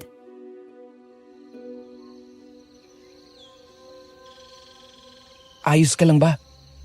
Ha? Oo, ayos lang ako. Halika. Isuot mo itong jacket ko. Mukhang hindi pa kayo makakalabas sa guban dito sa ngayon. Sandali, bakit naman? Mas kailangan nating unahin ang pagbabago ng pwesto ng kampo. Eh, bakit kasama pa kami? Dahil hindi namin kayang ihatid kayo palabas habang naglilipat ng kampo. Hindi nyo na kami kailangang ihatid. Ako nang bahala sa kapatid ko. Uuwi na lang kami. Delikado ang daan para sa inyong dalawa, Denver. Mas delikado kami ng kapatid ko rito. Mali ka.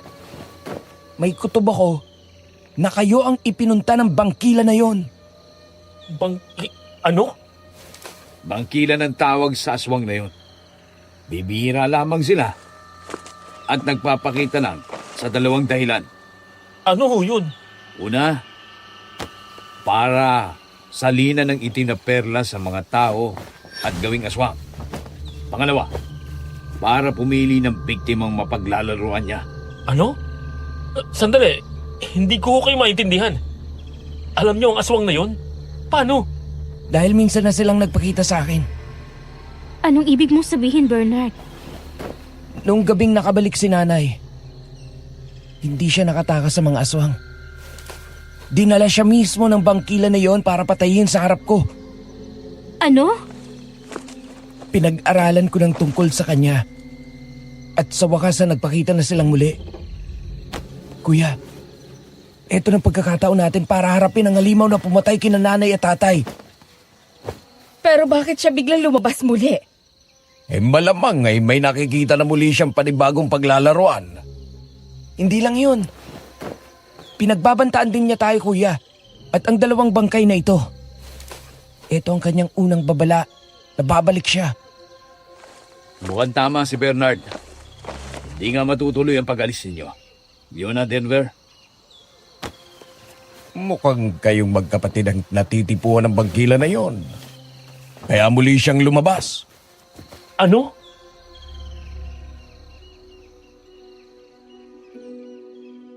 Hindi raw magawang makapagsalita noon ni Nanay Madam Venus. Agad na lamang siyang napahawak sa kanyang dibdib, kung saan nakatago sa ilalim ng kanyang damit ang kwintas na galing sa kanyang ama. Hindi man niya alam kung bakit, ibang pakiramdam niya nang marinig niyang pwedeng maging aswang ang normal na tao. Pero may pakiramdam siyang may kailangan siyang malaman at konektado yun sa nagpakitang bangkilan. Sa huli maging ang kuya niya ay hindi na rin alam kung ano nga ba ang pinasok nilang gulo. Ni hindi na nila alam kung ano bang dapat nilang unahin, ang iligaw ang mga manunugis para mapalayo sa kanilang pamilya o ang makaalis sa kampo. O ang alamin pa tungkol sa bangkilan na ni minsan ay hindi nila narinig mula sa kanilang mga magulang. Lumipas ang oras at naglakad na sila. Bitbit ang mga gamit pupunta sa ibang pwedeng pagtayuan ng mga tent. Nang makahanap sila ng kapatagan, agad na kumilos ang lahat para muling magtayo ng kampo. Pero malalim daw ang iniisip ni nanay noon at walang sabi-sabing humiwalay sa grupo at sinuot ang kagubatan. Napansin naman siya noon ni Tito Denver kaya agad siyang sinundan. Ilang beses pa daw siyang tinawag nito pero pinili niyang bilisan na lamang ang mga hakbang hanggang sa naging takbo na yun at tuluyan nilang narating ang kanilang maliit na baryo.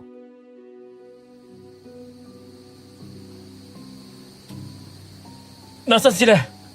Bakit parang wala ang mga kasama natin sa baryong to? Kuya, sila tatay. Tingnan natin ang bahay, baka nandoon sila. Tay! Nay! Wala sila rito. Walang katao-tao sa buong baryo, Leona. Anong nangyayari dito? Hindi ko rin alam, kuya. Pero masama ang kutob ko. Sandali, Leona. Tingnan mo. May tulo ng dugo dito sa sahig. Halika, sundan natin. Agad daw sinundan ng magkapatid ang patak ng dugo, Madam Venus. Habang naglalakad sila, ramdam ni nanay ang unti-unting pagbigat ng dibdib niya. Halo ng takot at kaba sa maaring tumambad sa kanila. Sa bawat hakbang, mas malinaw ang bakas ng dugo. At kasabay noon ay ang pakiramdam na may masamang naghihintay sa kanila. Lalo pang lumala ang kaba niya. Nang makarating sila sa taas ng talon, mula ron, tanawang malaking bato sa ibaba. Ang mismong lugar na pinagtayuan nila ni Bernard ng nakaraang gabi. Sa isang igla parang bumalik sa kanya ang realidad. Dahil doon, Bigla na lamang daw napaluha si Nanay, Madam Venus. Hindi niya napigilan ang sarili. Napatigil siya sa paglalakad. Dahilan para mapalingon si Tito Denver. Kita sa mukha nito ang pagkalito at pag-aalala.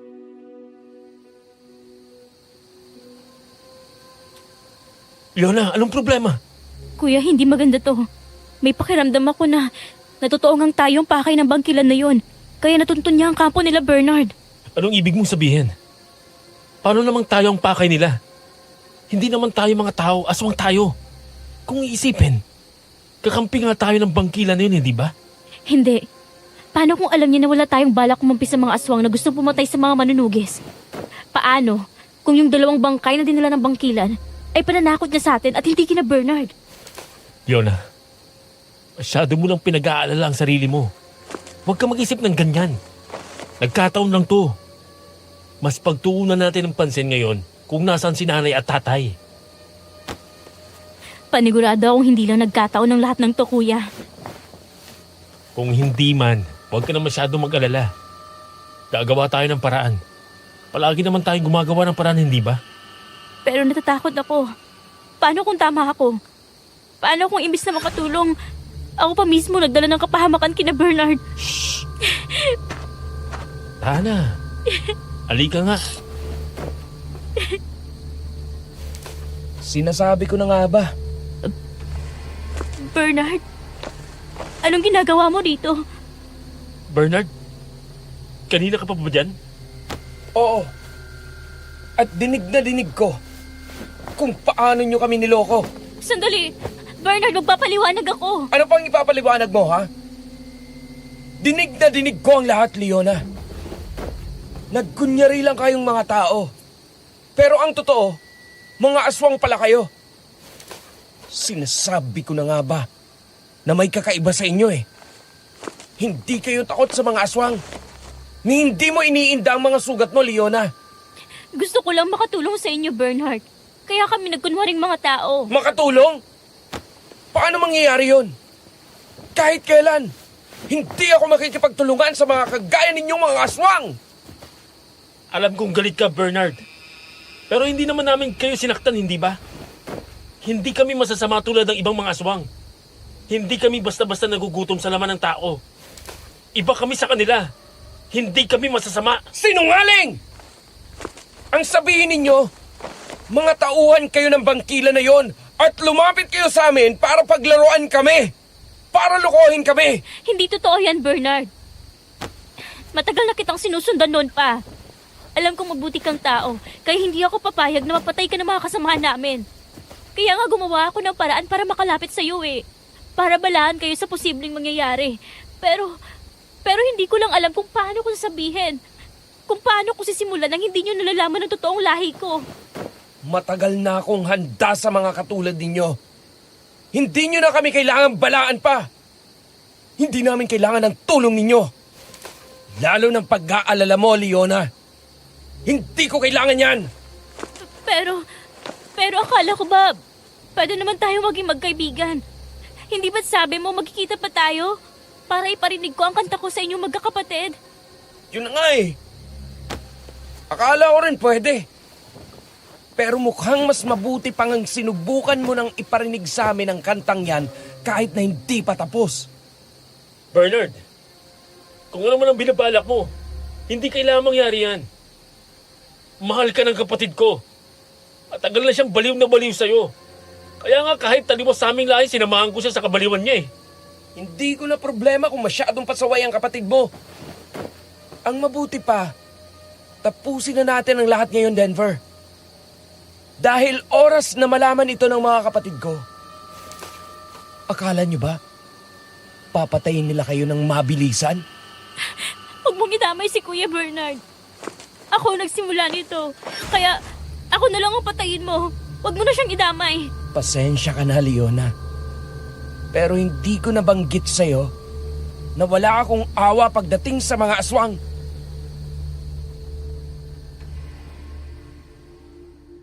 Bigla raw inilabas ng manunugis ang kanyang sandata noon.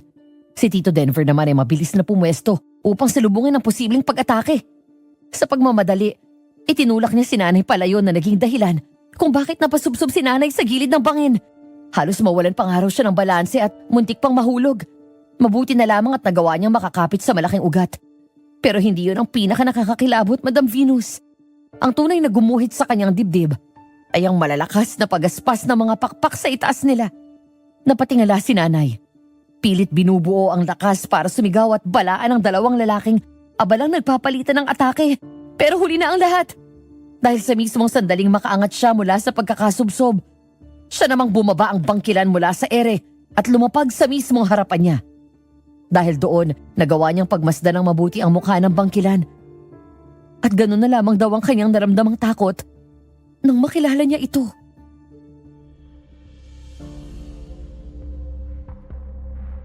Nanay? Leona! Takbo! Subukan mong umalis, Leona. Kundi pipira-pirasuhin ko sa harapan mo ang katawan ng lalaking matagal mo nang kinahuhumalingan. Hindi! Hayop kang bangkilan ka! Papatayin kita! Pinatay mo mga magulang ko!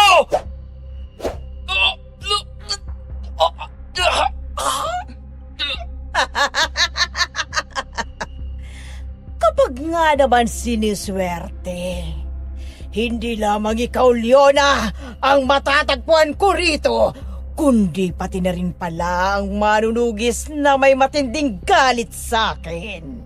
Naibitawan mo si Bernard. Kung galit ka sa ginawa ko, sa pagsuway ko sa inyo ni tatay, ako na rin yung parusahan nyo. Huwag nyo na siyang idamay pa.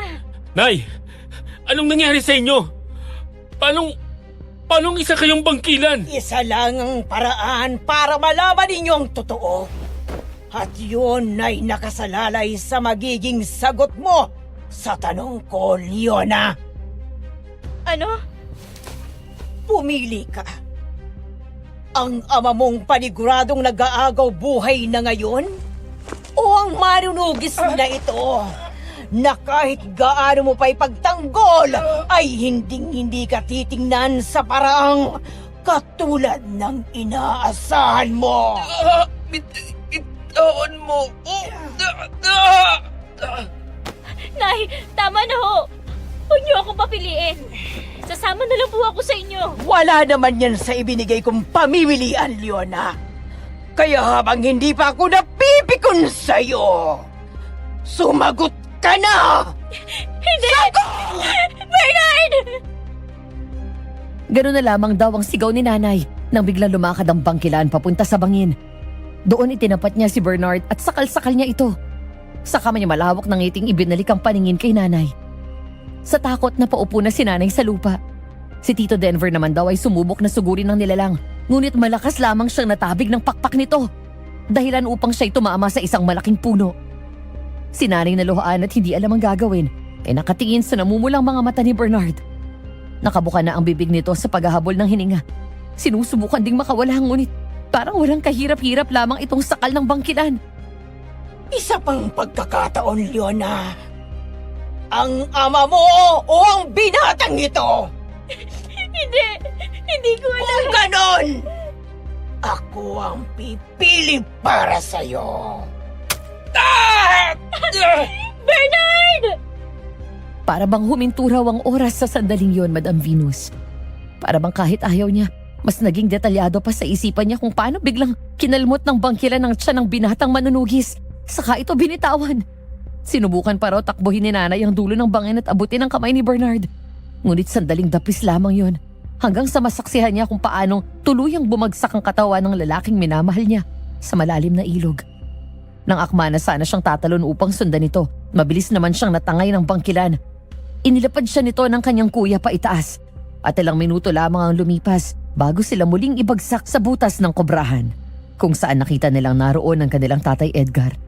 Nakabaluktot, iyakap ang dugo ang katawan at hinahabol na ang hininga.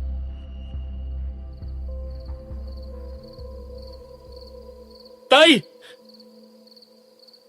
Tay, ano pong nangyari sa inyo? Sandali. May kalmot si tatay sa kanyang dibdib. Hetong suot kong jacket. Tulungan mo ako ibalot ito sa katawan niya, kuya. Sige, akin na. Ayan, ayos na tay. Magiging maayos din po kayo. Diyos ko, kayong dalawa. Pinag-alala niyo ako ng gusto, mga anak ko. Pasensya na po, Tay. Kasalanan ko pong lahat ng to. Patawarin niyo po ako. Hindi mo kasalanan ito, anak. Kasalanan ko ito. Po, Alam niyo, ilang taon na rin akong hindi naging totoo sa inyo. Ngayon, ito na siguro ang tamang panahon para malaman yung katotohanan, mga anak. Anong totoo po, Itay? May kinalaman ba ito kung bakit biglang naging bangkilan si nanay? Makinig kayo sa akin. Kayong dalawa. Ang nanay niyo, hindi siya isang aswang. Hindi siya bangkilan. Isa siyang tao. Mabait, maganda at paniguradong alalang-alala na sa inyo. ho? Pero Tay, si nanay pong nagdala sa amin dito. Duguan siya at may pakpak. Ibang-iba siya sa atin, Tay. Hindi. Hindi niyo ako naiintindihan, mga anak. Ang nanay niyo ay isang tao. At hindi siya ang inang inaakala niyo ngayon. Tay, hindi po namin kayo maintindihan. Maliit pa kayo nung naligaw tayo sa baryong ito. Isa akong albularyo, mga anak. Nandito tayo para kumuha ng halamang gamot. Pero hindi ko akalaing ang simpleng araw na yon ay magiging isang panganib. Ano pong ibig niyo sabihin?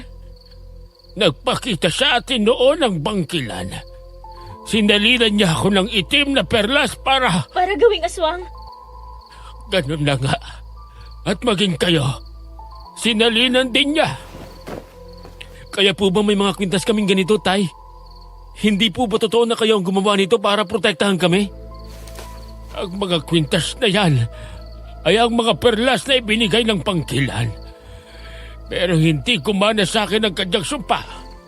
Isa akong albularyo. At may mga pangontra ako sa aking katawan. Dadalhin na niya sana kayo doon pero nagmakaawa ako na hayaan akong sumama. Sinabi kong sumusundin ko ang lahat ng ipag-uutos niya. Lahat. Huwag lang niya kayong tuluyang gawing halimaw. Nagawa ko siyang mapapayag. Pero kapalit doon ay ang kalimutan natin ang buhay natin bilang tao. At tuluyan tayong sumama sa kanya. Magkunwaring pamilya niya. Sinubukan kong maging matapang, mga anak. Lahat ng iutos na sinunod ko. Huwag lang niya kayong saktan. Huwag lang kayong mapapasama. Tay, Pero hindi niya alam. Nagawa kong lagyan ng mga panangga ang itim na perlas ninyong dalawa. May ritual ang mga batok yan kaya hindi kayo nakakaramdam ng kagustuhang manakit ng mga tao. pero ikaw, Tay. Paano po na hindi kanya nasasaktan? At ang mga kasamahan natin? Bakit hindi nila nalalaman na isa kang tao? Dahil totoo ang batong sinisid ko mula sa dagat. Ito ang suot ko ngayon, mga anak. Ito ang tumutulong sa akin para makasabay sa lahat. Nalaman po ba ni nanay ang tungkol sa batong suot nyo? Kaya bumalik siya sa pagiging bangkilan? Alam niya ang tungkol sa batong ito, anak. Alam niya ito lang ang paraan para makasabay ako sa lahi nila. Gusto niyang samahan ko siya sa gagawin niyang pagsakop sa mga tao. Kaya alam niyang kailangan ko ang batong ito. Kung ganun, kaya po ba ganun na lang ang pag-aalala ko sa mga tao? Yun pala'y, dahil hindi naman talaga ako isinilang na aswang. Ganun na nga, anak. Hindi rin nawala sa iyo ang pagiging tao. Dahil di minsan ay hindi niyo naranasan ang maging mabagis tulad ng mga aswang. Hindi ko hinayaang mangyari yon, mga anak. Dahil umaasa ako. Umaasa akong may pag-asa pa kayong makabalik sa dati.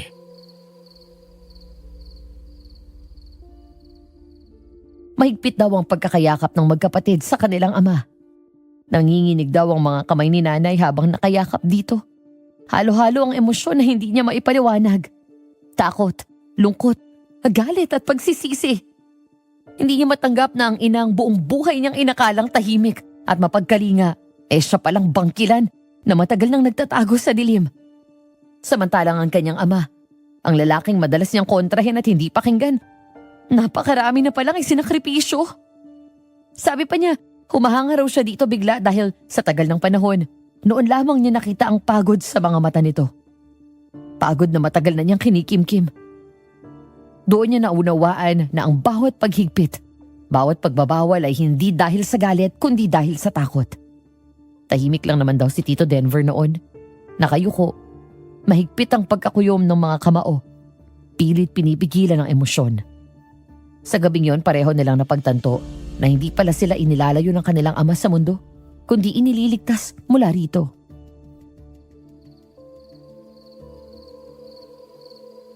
Ang mabuti pa, Tay. Tumakas na tayo sa bangkilan na yun bago pa siya bumalik.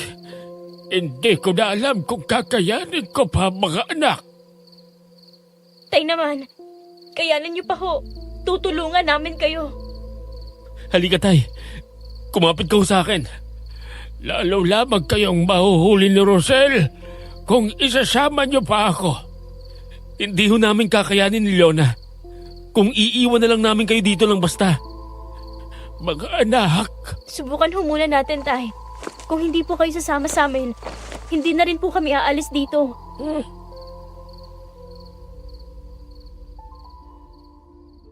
Dahil doon nagtulungan ang magkapatid na alalayan ng kanilang ama. Nakapatong ang magkabilang braso ni Tatay Edgar sa kanilang mga balikat habang pilit nilang inilalabas siya mula sa kobrahan. Ngunit kakalabas pa lamang nila at ilang hakbang pa lang ang nagagawa, bigla nang bumaba mula sa itaas ang bangkilan. Malakas ang pagaspas ng mga pakpak. Tila matagal na silang binabantayan mula sa itaas. At saan naman kayo pupunta? Leona, dito sa kabila, bilis! Oo, heto na. Wala kayong matatakbuhan sa kagubatang ito nang hindi ko nalalaman. Teka talaga, Leona. Dito ko lang muna kay Tatay. Tumago kayo. Sandali, ano gagawin mo, kuya? Hindi mo siya kakayaning mag-isa. Basta magtago na kayo. Kuya, ano ba? Tumakbo na lang tayo. Wadan nyo na lamang ako, anak. Mas makakakilos kayo nang mabilis kung hindi nyo ako kasama. Tay naman, sandali.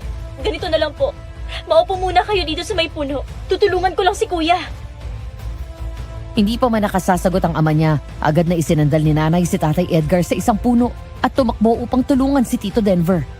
Inilabas niya ang kanyang mahahabang kuko at pangil at hinila ang isang pakpak ng bangkilan habang abala ito sa pakikipagpalitan ng atake kay Tito Denver. Ngunit sa ilang paghila pa lamang ng kanyang nagawa, kumilos na ang bangkilan. Lumipad ito pa itaas at bigla siyang binuhat bago malakas na inihagis kay Tito Denver. Sa lakas ng impact, pareho silang gumulong sa lupa. Halos hindi makasinghap ng hangin si nanay.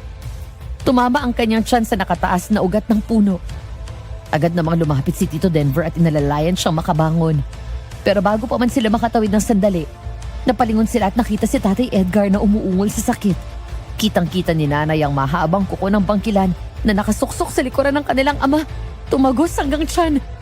Nagbukal ang dugo mula sa bibig ni Tatay Edgar at bumagsak siya sa lupa nang bitawan ng bangkilan. Tatay! Hayop ka!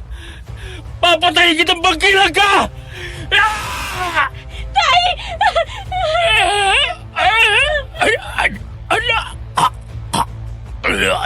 Leona! Tay! Kumabado kayo sa akin! Nandito lang ho ako! Umalis ka na! Hinihintay ka na niya! Kailangan niya tulong mo! Tay, ano ba sinasabi mo? Huwag ka nang magsalita! Lalo ka lang mahihirapan yan! At patawad kung hindi ko maprotektahan ang kuya mo hanggang dulo. Tay naman! Hindi ka pa pwedeng mawala, Tay! Eto, tanggapin mo ang patungkwinter na ito, anak. Hindi lamang simpleng proteksyon ang ibinibigay dahil oras na gawin mo yung pulpos at ihalo sa tubig, magiging pinakamabisang panggamot siyan sa malalang sugat. Pero Tay, may ganito ka pa pala. Bakit hindi mo agad sinabi para gagamot ka agad namin? Anak, may mas nakakailangan dyan sa ngayon Ano pong ibig niyong... Tay! Hindi niyo kailangan gawin to! Anak, alam kong mapoprotektahan ka ng manunugis na yon. Alam kong mabuti siya. Tay! Nakita ko kayo, anak. Nakita ko kung paano ka niligtas ng inatak yon nang mahulog ka sa ilog. Alam kong kaya mo namang iligtas ang sarili mo. Pero kaya ko, hindi ka rin niya pinabayaan. Anak, kailangan mo siyang iligtas. Inihintay ka na niya. Tay! Baka naman po may iba pang paraan. Huwag naman pong ganito. Mahal ko kayo ng kuya mo, anak. Para natin yung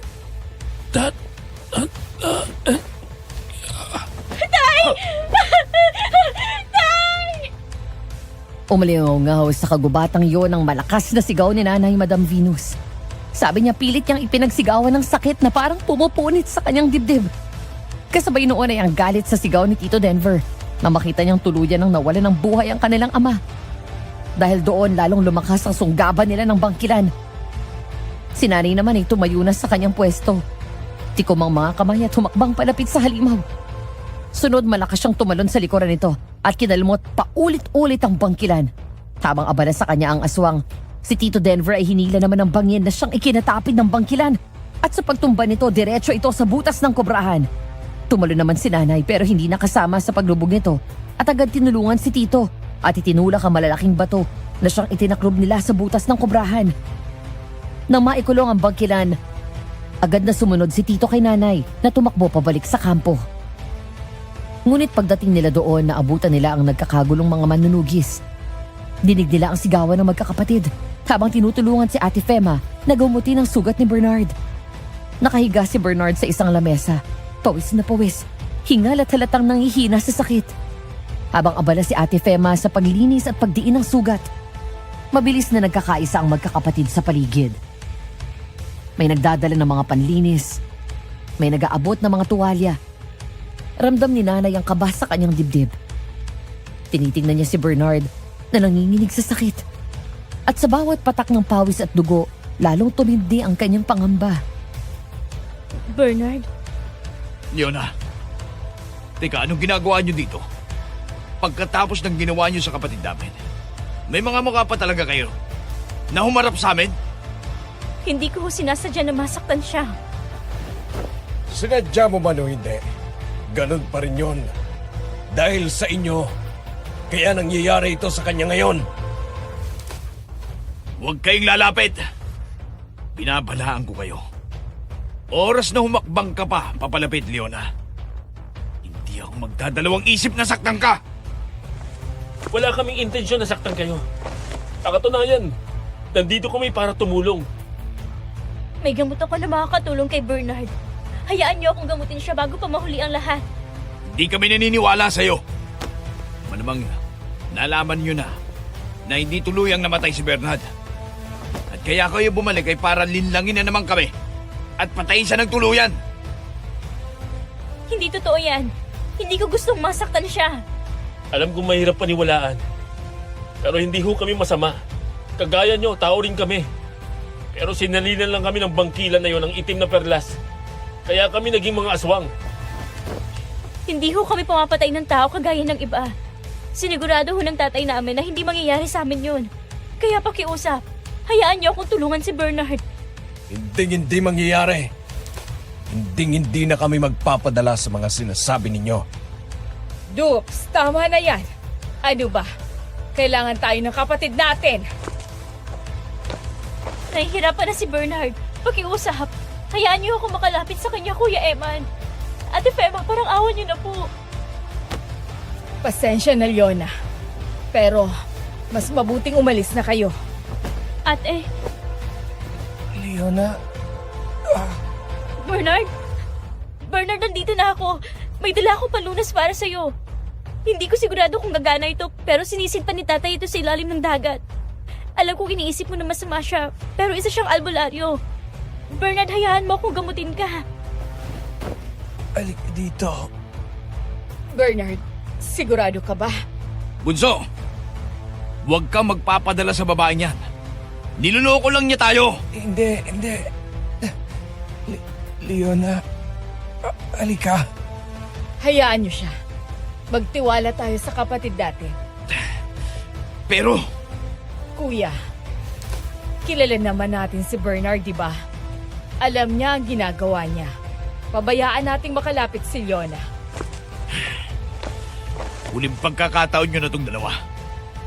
Oras na may gawin kang masama sa kapatid ko, Leona. Hindi ako magdadalawang isip. Nagilitan ng leeg ang kapatid mo. Sige na, Leona. Huwag kang mag-alala sa akin. Bernard, nandito na ako. Subukan mong lunukin itong gagawin kong gamot para sa'yo. Agad na sinimulan ni Naray ang pagtanggal ng bato sa kanyang kwintas. Maingat niya itong inilagay sa isang sisidlan at saka dinurog hanggang maging pulbos. Hinaluan niya yon ng kaunting tubig at nang tuluyang matunaw ang pulbos, dahan-dahan niya itong ipinainom kay Bernard. Kita niyang agad itong nilunok ng lalaki. Kagatlabi, tahimik na naghintay si nanay.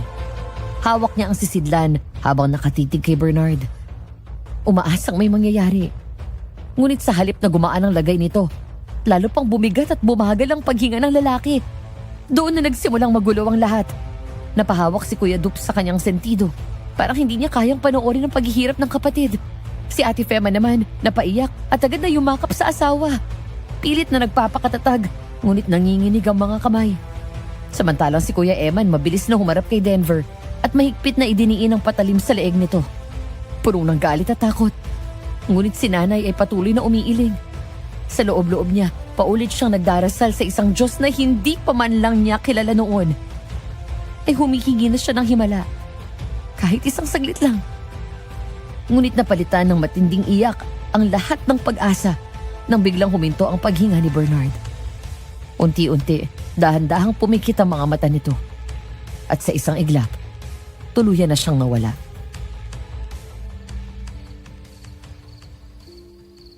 Hindi! Hindi, Bernard! Ang kapatid ko! Bernard! Bernard, gumising ka! Hindi pwede to! Bernard! Sinasabi ko na nga ba? Lalo nyo nang pinalala ang sitwasyon. Mas lalo nyo lamang ko ginagalit.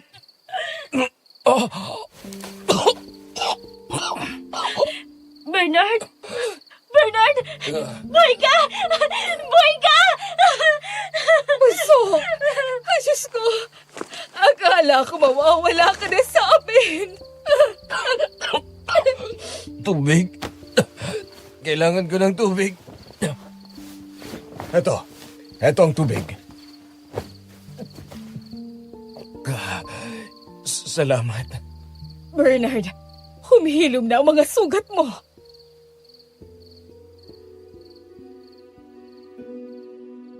Matapos sabihin niyo ni Ate Fema, agad na napayakap ang magkakapatid sa binata. Tumabi daw si nanay. Hawak ang bibig habang pilit pinipigilan ng mahihinang pag-iyak. Hindi raw niya malilimutan ang araw na yon, Madam Venus. Dahil nang akalain niyang tuluyan ang nawala ang buhay ng binata, pakiramdam niya ay may biglang nabunot sa kanyang dibdib. Mabigat na ang mga sakit na dala niya mula sa pagkawala ng kanyang ama. Pero sa sandaling yon, parang lalo pa yung dumagdag. Halos hindi siya makahinga sa bigat ng pakiramdam. Pero nang makita niyang unti-unting bumabalik ang buhay ng binata, para siyang biglang nakahinga ng maluwag. Parang may init na muling bumalot sa kanyang puso. Kapalit ng takot na kanina lang ay halos lamunin na siya. Matapos ang yakapan ng magkakapatid, nagtama ang mga mata ni nanay at ng binata. Hindi raw niya alam ang gagawin noon. Bigla na lang tumayo ang binata, lumapit sa kanya at mahigpit siyang niyakap. Paulit-ulit itong bumubulong ng pasensya at pasasalamat. Agad naman niya yung ginantihan. Niyakap din niya ang binata ng mahigpit at doon niya hinayaang kumalma ang puso niya matapos ang lahat ng pinagdaanan niya sa gabing yun. Makalipas ang ilang oras, madilim na ang paligid. Nakapalibot sa apoy, habang si Tito Denver ay matyagang ipinapaliwanag sa lahat ang katotohanan tungkol sa kanyang pagkatao at kung bakit muling nagpakita ang bangkilan. Tahimik at matyaga namang nakinig ang lahat, Madam Venus.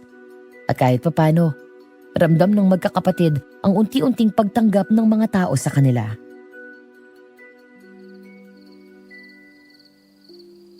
Pasensya na sa inyong dalawa. Munti ko na masaktan si Denver. Hindi ko lang talaga alam kung ano pa ba ang dapat namin gawin o paniwalaan. Kalimutan na po natin yon. Naiintindihan po namin yon.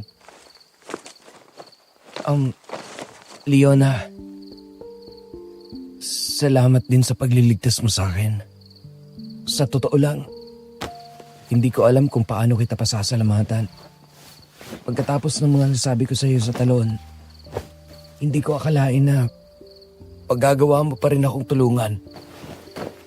Ano ka ba? Totoo naman lahat ng mga sinabi mo. Niloko at pinaniwala ko kayong mga tao kami. Alam kong hindi dapat namin ginawa yun. Kaya pasensya na. Naiintindihan namin ang parte niyo, Leona. At mabuti kayong magkapatid. Alam kong naiintindihan niyo rin kung bakit ganon ang mga naging reaksyon namin nung malaman namin ang pagkakasangkot ninyo sa mga aswang. Naiintindihan po namin yun. At dahil dyan, ilalabas ko na ang pinakatatago kong alak para naman kahit papano ay malis muna sa isip natin ang lahat ng panganib na kinakaharap natin. Kuya, alam mo namang hindi tayo pwedeng... Maging pabaya. Alam ko naman yon. Kaya nga ito, tigkonti lang. Isang kampay lang para sa panibagong buhay na ibinigay sa iyo ni Mang Edgar. Tama. Para sa darating na tagumpay ng mga manunugis. Para sa pagpaslang natin sa bangkilang pumatay kay nanay at tatay. Maging sa tatay ninyo, Denver at Leona. Tama. Para sa bangkilang kumuha ng normal na buhay naming magkapatid.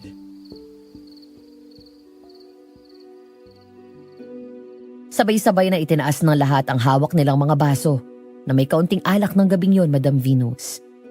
Sabi pa ni Nanay, kahit hindi niya nagustuhan ang lasa, hindi pa rin nawala ang ngiti sa kanyang labi habang pinagmamasdan niya ang lahat. Yun daw kasi yung puntong eksakto sa kanyang laging pinapangarap habang malayo lang siyang nakamasid sa magkakapatid na manunugis. Ang pagkakataong makasama niya sila nang wala ng sikreto at wala ng pagkukunwari. Sama-sama na silang haharap sa tunay na pinagmulan ng lahat ng nangyari. Habang nagtatawanan at nagkakasiyahan ang mga tao sa paligid ng apoy, biglang naalala ni Nanay ang kantang matagal na niyang binubuo. Sa kanyang isip, unti-unting nabuo ang mga susunod na liriko. At hindi na niya napigilan ang sarili na ibahagi yun sa lahat ng gabing yun, Madam Venus.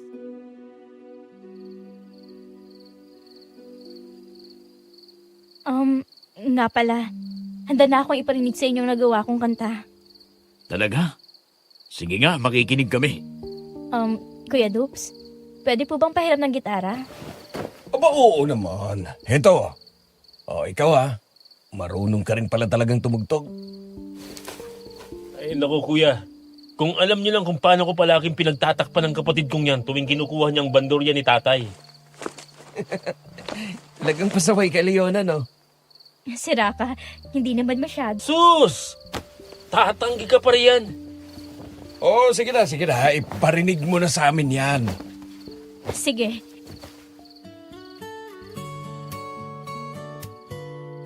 Biglang natigilan daw ang lahat matapos kumanta ni Nanay noon, Madam Venus.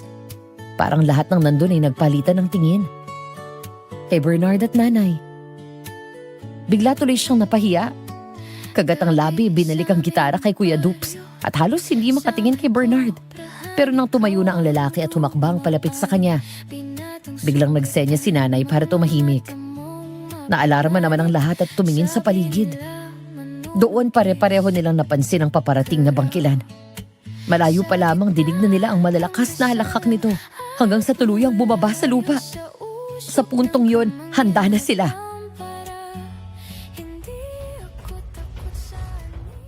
Tingnan mo nga naman. Muli nagsama-sama ang mga paborito kong nilalang. Ang mga taong pare-parehong alipin ng kapangyarihan ko. Wala kang alipin dito, Nanay Rosel. Oo, ginawa mo kaming mga aswang. Pero hindi ka tuloy ang nagtagumpay na gawin kaming halimaw. Kung iisipin, pabor pa nga para magkaroon kami ng kakayahang patayin ka.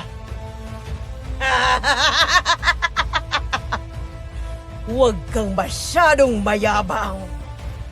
Oo nga't nagawa kayong protektahan ng ama ninyo. Hindi ibig sabihin nun na wala na kayong takas sa tadhanang iniikot ko para sa inyo. Kami ang gagawa ng tadhana namin, hindi ikaw! Talaga ba? Tingnan nyo nga ang mga sarili ninyo. Kayong mga tao, hindi ba't katulad ng nais ko? Bumalik nga kayo rito na parang mga walang isip para lang maghiganti? Mga tanga! Kahit alam ninyong kayo ang isusunod ko sa inyong mga magulang, pinasok nyo pa rin ang gubat na ito! At Leona, Denver, hindi ba't napaniwala ko rin kayong ako ang inyong ina at isa tayong pamilya? Na kayo ay ipinanganak na mga aswang? Nasa mga kamay ko ang kapalaran ninyong lahat ngayon!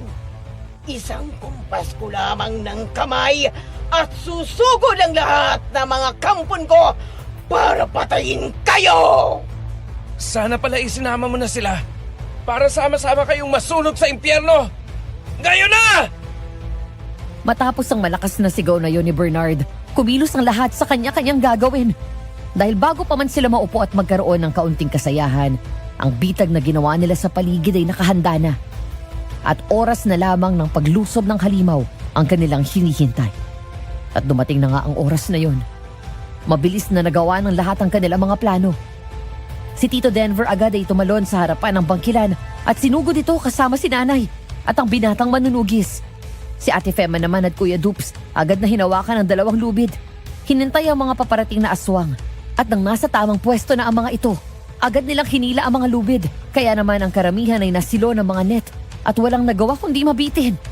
May ilang nakatakas at yun naman ang hinarap ni Kuya Eman na may hawak na kagamitang nagbubuga ng apoy. Isang flamethrower sa panahon ngayon. Mabilis, maliksi at hingali ng bawat isa. Ngunit lahat ay determinadong mapatay ang mga bangkilan. Habang patuloy ang pagsaksak at pagkalmot ni na Bernard, Nanay at Denver, ilang beses din silang napalayo ng bangkilan, ngunit mabilis din silang nakakabawi hanggang sa nakakuha ng pagkakataon si Nanay na makasampa sa likod ng bangkilan. Si Bernard naman ay malakas na inihagis ang kutsilyong hawak niya nang magsimulang lumipad ang bangkilan. Sinusubukang mapatalsik siya. Nang masalo niya ang kutsilyo, agad niya itong sunod-sunod na isinaksak sa puno ng pakpak at likod nito hanggang sa pareho silang bumagsak sa lupa. Mabilis ang naging kilos ni Bernard. Agad niyang inalalayan si Nanay palayo sa halimaw. Si Tito Denver naman ay inihagis ang tent na siyang kubulong dito at saka pinatupok ng apoy ni Kuya Emma ng katawan ng bangkilan. Ngunit kasabay ng mga sigaw ng halimaw ay ang sigaw ng mga aswang sa paligid kasama na si Nanay at Tito Denver. Muling nagkagulo ang mga manunugis noon. Hindi alam ang gagawin sa dalawa nang bigla silang manigas. Tumirik ang mga mata, nakabuka ang bibig at naghahabol ng hininga. Ngunit ilang segundo lamang ang lumipas nang tuluyang mawala ang pagsigaw ng bangkilan. Udyat na tuluyan na itong namatay. Kasabay ng paglabas ng itim na usok sa bibig ng mga aswang sa paligid. Sa isang iglap, bumalik sa pagiging tao ang lahat ng mga aswang. Gayon din si Nanay Leona at Tito Denver.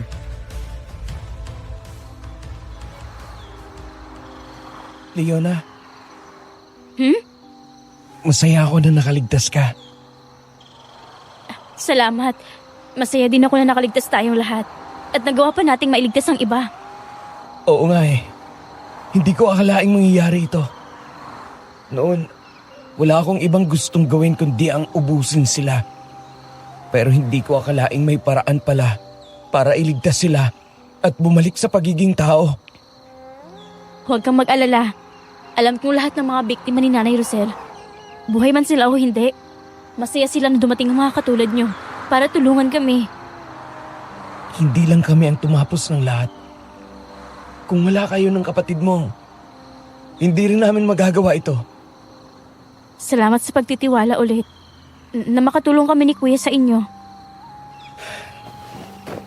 Anong balak mong gawin pagkatapos nito? Ngayon? Sa totoo lang, hindi ko alam. Bata pa ako nung huling tumuntong ako sa labas ng baryo namin. Halos hindi ko na maalala. Basta ang alam ko lang, masaya ako na makakaalis na kami sa bangungot na yun. Huwag kang mag-alala. Nandito kami para gabayan ka dito sa mundo. Nandito ako para tulungan kang mabuhay muli ng normal. Salamat, Bernard. Masaya akong nakilala kita. Masaya din ako na nakita mo ako sa gubat noon. Nasundan at pinahabol mo pa ng ilang beses. Higit sa lahat, masaya din ako na maging laman ng napakagandang kanta mo.